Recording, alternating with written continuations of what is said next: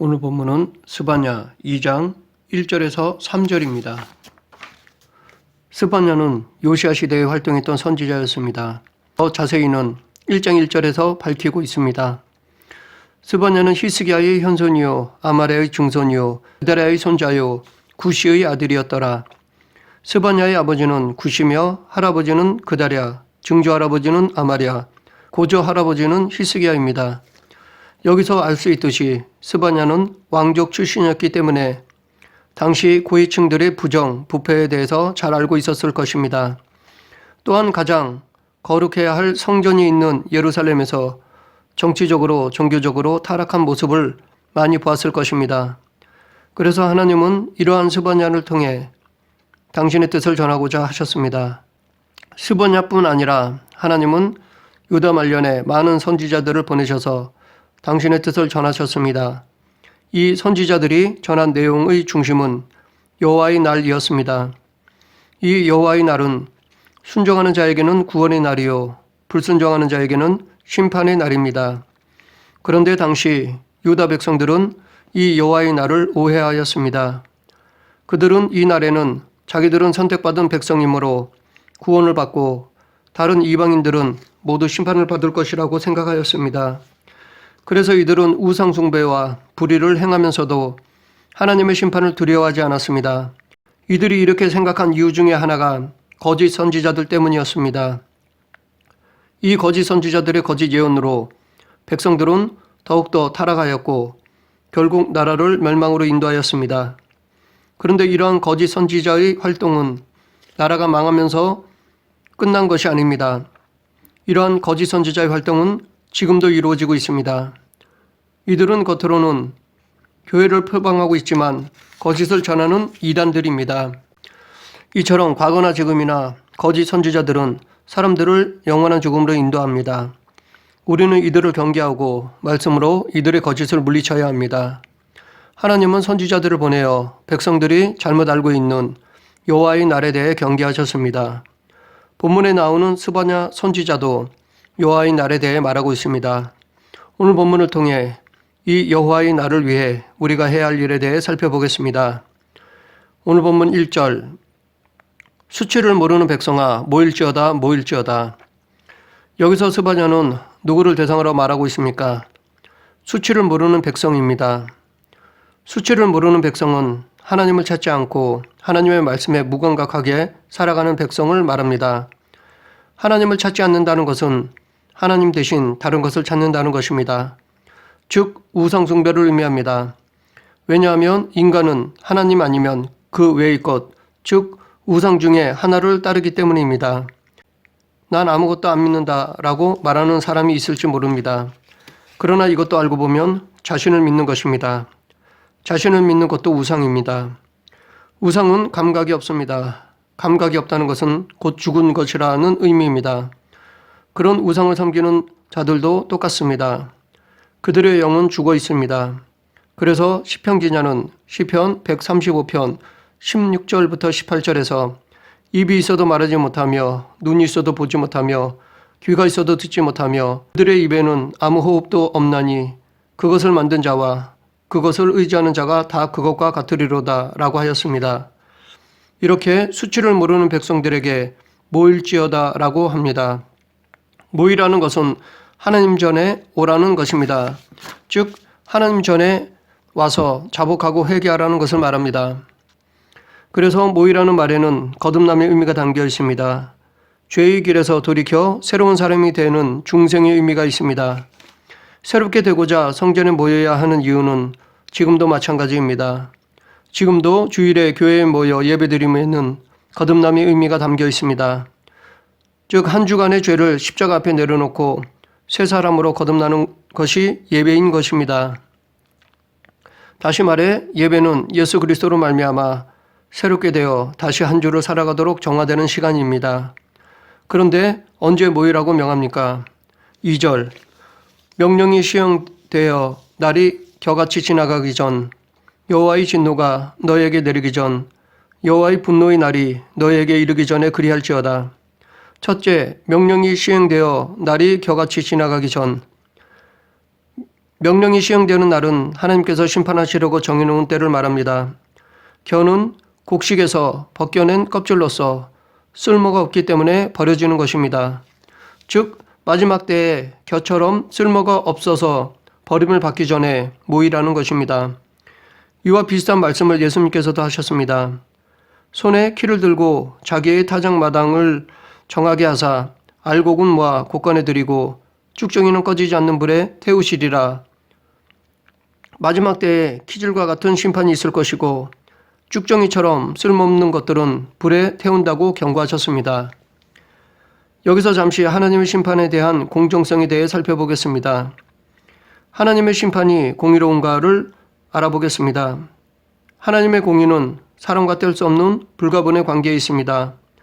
이것은 마치 동전의 양면과 같습니다. 그렇기 때문에 먼저 하나님의 사랑에 대해 살펴보면 하나님은 사랑이십니다. 그 사랑의 깊이는 한이 없습니다. 그래서 어떠한 죄라도 회개하면 다 용서하십니다. 그렇기 때문에 하나님은 죄인이 돌아오기를 기다리십니다. 그러나 한없이 기다린다면 공의롭지 못합니다. 하나님은 적정 수준을 정해놓으십니다. 만약 하나님께서 정해놓은 적정 수준을 넘어서면 공의로우심으로 심판하십니다. 그런데 하나님의 적정 수준은 인색하지 않습니다. 누구나 충분히 돌아올 수 있는 넉넉한 시간입니다. 그렇기 때문에 하나님이 정해놓은 심판대에 대해서 그 누구도 부당하다고 불평할 수 없습니다. 하나님의 공정성에 대한 증거를 우리는 창세기 15장 16절에서 찾아볼 수 있습니다. 하나님께서 아브라함과 언약을 맺은 때 후손들이 애굽에서 400년 동안 괴로움을 받은 후 가나안으로 인도해 주신다고 약속해 주셨습니다. 그리고 왜 지금이 아닌 400년 후인지에 대해 이유를 말씀하셨습니다. 내 자손은 4대 만에 이 땅으로 돌아오리니 이는 아모리 족속의 죄악이 아직 가득 차지 아니함이라. 이유인즉 아모리 족속의 죄악이 하나님이 정해놓으신 분량까지 아직 이르지 않았기 때문입니다.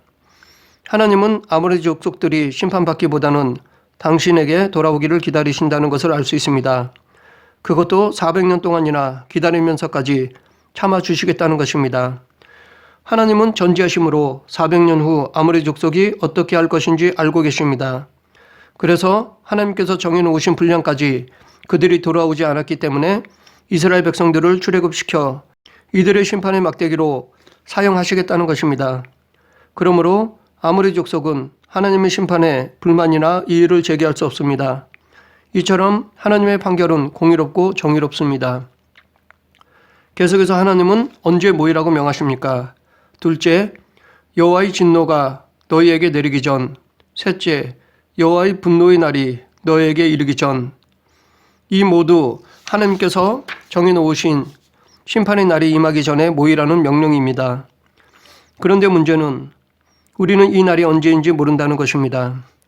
그래서 유다 백성들은 선지자들의 경고의 말씀을 마음에 두지 않았습니다. 그날은 아직 멀었다고 생각했기 때문입니다. 나와는 상관없는 것으로 여겼습니다. 이런 태도는 지금도 마찬가지입니다. 우리는 죽음이 반드시 있다고 알고 있습니다. 이 죽음에 대해 어느 누구도 부정하지 못합니다. 그럼에도 불구하고 죽음을 마음에 두고 살아가는 사람은 없습니다. 죽음은 왠지 나와 상관없는 것처럼 기억에조차 두지 않고 살아갑니다. 눈에 보이지 않는 죽음보다는 눈에 보이는 물질명의 권력에 관심을 갖고 살아갑니다. 이것만 있으면 뭐든 다 할 수 있다는 생각에 욕심을 냅니다. 더 나아가 그것이 죽음에서도 지켜줄 것으로 생각을 하기도 합니다. 그러나 우리에게도 마지막 때는 분명히 있습니다. 그리고 그날에 하나님께서 정해놓으신 저울에 달릴 것입니다. 그래서 하나님께서 정해놓으신 분량만큼 이르지 못하면 심판을 받을 것입니다. 그러하기에 마지막 날이 오기 전 우리도 모여야 할 것입니다. 그러면 우리는 어디에 모여야 할까요? 교회, 즉 믿음의 공동체로 모여야 합니다. 그리고 하나님의 의를 구하고 죄에 대해서는 돌이켜야 합니다. 3절, 여호와의 규례를 지키는 세상의 모든 겸손한 자들아, 너희는 여호와를 찾으며 공의와 겸손을 구하라. 너희가 혹시 여호와의 분노의 날에 숨김을 얻으리라. 이번에는 여호와의 규례를 지키는 모든 겸손한 자들을 대상으로 말하고 있습니다. 이들은 곧 하나님을 경외하는 자들을 말합니다. 이렇게 겸손한 자들에게 어떻게 하라고 합니까? 여호와를 찾으며 공의와 겸손을 구하라. 당시 이스라엘 백성들이 지은 죄를 살펴보면 크게 두 가지로 볼 수 있습니다. 첫째는 우상 숭배입니다. 하나님을 떠난 죄입니다. 이것은 모든 죄의 근원이라 할 수 있습니다. 즉 모든 죄의 시작은 하나님을 떠남에서 비롯됩니다. 하와는 그의 마음이 하나님에서 떠남으로 비롯되었습니다. 둘째, 공의와 정의를 행하지 않는 것입니다. 약자를 억압하고 착취하여 괴롭히는 죄입니다. 이 두 죄를 예수님의 말씀에 따르면 하나님 사랑과 이웃 사랑의 결핍입니다. 이것은 모든 율법의 완성이요 가장 큰 계명입니다. 이렇게 하나님의 말씀을 따르지 않았기에 유다는 하나님께 심판을 받았던 것입니다. 그렇기 때문에 하나님은 유다 백성들에게 여호와를 찾으며 공의와 겸손을 구하라고 명하신 것입니다. 그러면 여호와를 찾으며 공의와 겸손을 구하면 어떻게 됩니까? 혹시 여호와의 분노의 날에 숨김을 얻으리라. 이것은 하나님이 긍휼히 여겨주시는 것입니다. 그래서 혹시 하나님께서 은혜를 베풀어 주실 수도 있다는 것입니다. 그런데 여기서 하나님께서 반드시 숨겨주신다고 말하고 있지 않습니다. 이렇게 말한 이유는 구원은 전적으로 하나님의 주권에 있기 때문입니다. 행위로 구원을 얻는 것이 아니기 때문입니다. 인간은 공의와 정의를 행했기 때문에 구원을 받는 것이 아니라 전적인 하나님의 은혜로 비롯된 예수 그리스도의 대속으로 말미암아 구원을 거저 얻는 것입니다. 그래서 그리스도인은 구원받기 위해 선을 행한다라고 하기보다는 선을 행하는 것은 그것이 하나님 뜻이니까 행하는 것입니다.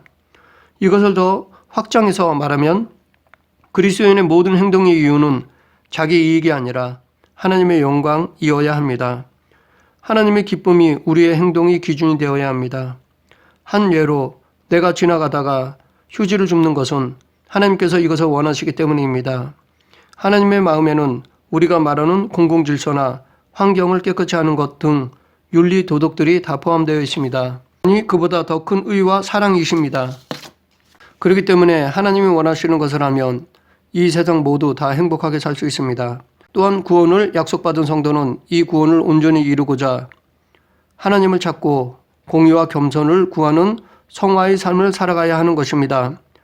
그래서 사도 바울은 그러므로 나의 사랑하는 자들아 너희가 나 있을 때뿐 아니라 더욱 지금 나 없을 때에도 항상 복종하여 두렵고 떨림으로 너희 구원을 이루라 라고 하였고 또한 오직 사랑 안에서 참된 것을 하여 범사에 그에게까지 자랄지라 그는 머리니 곧 그리스도라 라고 하였습니다. 이것은 성도의 구원은 결코 이례적인 사건이 아니라 생명이 다하는 순간까지 가꾸고 자라가야 할 끊임없는 노력이며 수고임을 말하는 것입니다. 이 사실을 잘 알고 있었던 선지자 스바냐는 불신자들 뿐 아니라 신실한 삶을 살아가는 남유다 백성들을 향해서도 다시 한번 하나님을 찾을 것과 공의와 겸손을 찾을 것을 말하면서 끝까지 하나님의 구원을 붙잡고 성취할 것을 권면한 것입니다.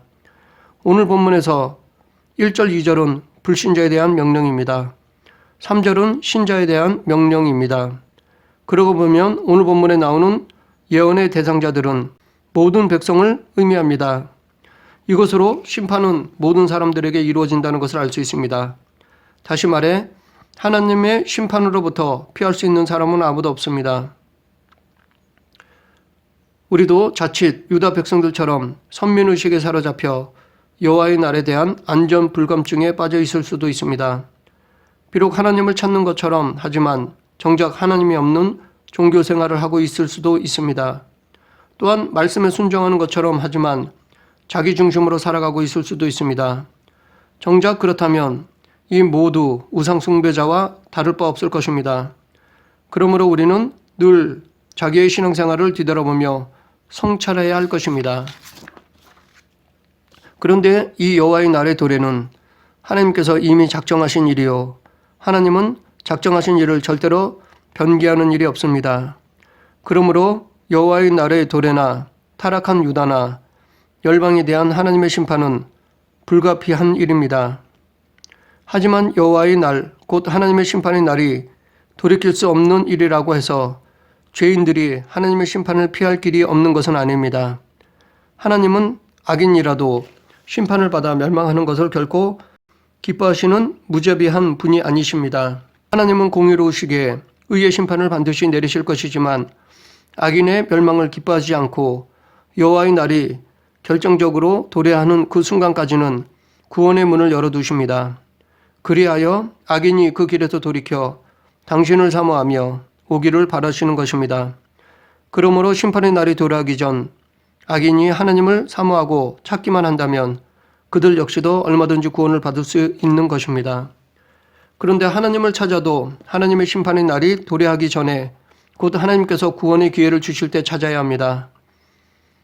성경은 이와 관련해서 다른 때가 아닌 바로 지금이 하나님께서 주신 구원의 기회라고 말씀하고 있습니다. 베드로는 보라 지금은 은혜 받을 만한 때요 보라 지금은 구원의 날이로다 라고 하였고, 이사야 선지자도 너희는 여호와를 만날 만한 때에 찾으라 가까이 계실 때에 그를 부르라 라고 하였습니다. 모든 사람들이 하나님을 찾을 수 있고 어떤 상황에 처하든 하나님께 나아갈 수 있지만 아무 때나 하나님을 만날 수 있는 것이 아니며 아무 때나 구원의 은혜를 얻을 수 있는 것이 아닙니다. 하나님을 만날 만한 때가 있습니다. 그때가 바로 지금입니다. 아마 하나님의 심판의 날이 된다면 자기 죄를 돌이키지 않을 사람은 없을 것입니다. 즉 지옥으로 들어가기 직전 자기 죄를 인정하지 않을 사람은 없을 것입니다. 하지만 그때는 늦습니다. 그날이 오기 전 지금 하나님께 죄를 자복하고 용서를 구한다면, 그리고 그 죄의 길에서 돌이킨다면 용서를 받을 수 있습니다. 또한 지금 내가 믿음을 지킨다면 여호와의 날이 언제 오더라도 걱정할 필요가 없습니다. 항상 지금 믿음을 지키고 있으면 언제 그날이 와도 구원을 받기 때문입니다. 등과 기름을 준비한 슬기로운 5 처녀가 신랑과 함께 혼인집에 들어갔듯이 믿음에 깨어 있으면 언제라도 예수님을 맞이하여 천국에 들어갈 수 있습니다. 그러하기에 우리에게는 지금이 중요합니다. 말씀을 정리하겠습니다. 여호와의 날은 믿는 자에게는 구원의 날이요 불신자에게는 심판의 날입니다. 이 날을 위해 우리는 모여야 합니다. 즉 믿음의 공동체로 모여 하나님의 의를 구하고 죄에서 돌이켜야 합니다. 또한 여호와를 찾으며 공의와 겸손을 구해야 합니다. 즉 하나님 사랑과 이웃 사랑을 실천해야 합니다. 이렇게 하면 하나님께서 긍휼히 여겨주십니다. 이 여호와의 날, 즉 마지막 때에는 우리에게도 반드시 옵니다. 누구도 이 날을 피할 수 없습니다. 그러므로 우리 모두 이것을 늘 기억하며 지금 믿음으로 준비하는 성도가 되길 간절히 축원합니다. 기도하겠습니다. 사랑의 하나님 감사합니다.